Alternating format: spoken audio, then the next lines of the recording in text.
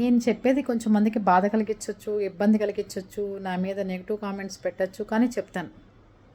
చాలామంది ఈ మధ్యకాలంలో చూస్తున్నాను, అమ్మవారి పేరు చెప్పి జాతకం చెప్తామని, గవ్వలు వేస్తామని చెప్పి, లేదు అంటే అమ్మవారు నేను చెప్పింది వింటుంది, పలుకుతుందని చెప్పడం, ప్రజల ఎమోషన్స్తో ఆడుకోవడం అనేది కరెక్ట్ కాదు అంట నేను.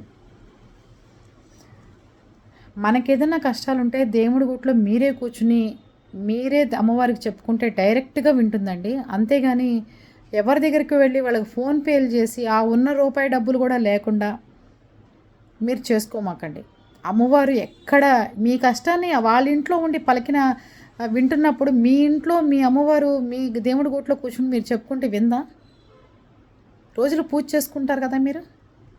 దానికోసం గవ్వలేయటం, అమ్మవారిని ఒళ్ళో కూర్చోపెట్టుకోవడం విగ్రహం, అసలు అమ్మవారి విగ్రహాలు తాకటం ఏంటి, ఒళ్ళో కూర్చోపెట్టుకోవడం ఏంటి, గవ్వలు వేయటం ఏంటి, అమ్మవారు నాతో పలుకుతుందంటం ఏంటి, మాట్లాడుతుందంటం ఏంటి, ఇవన్నీ ఏంటి? ఎంతో తపస్సు ఉంటేనే అమ్మవారు కనుకరిస్తుంది.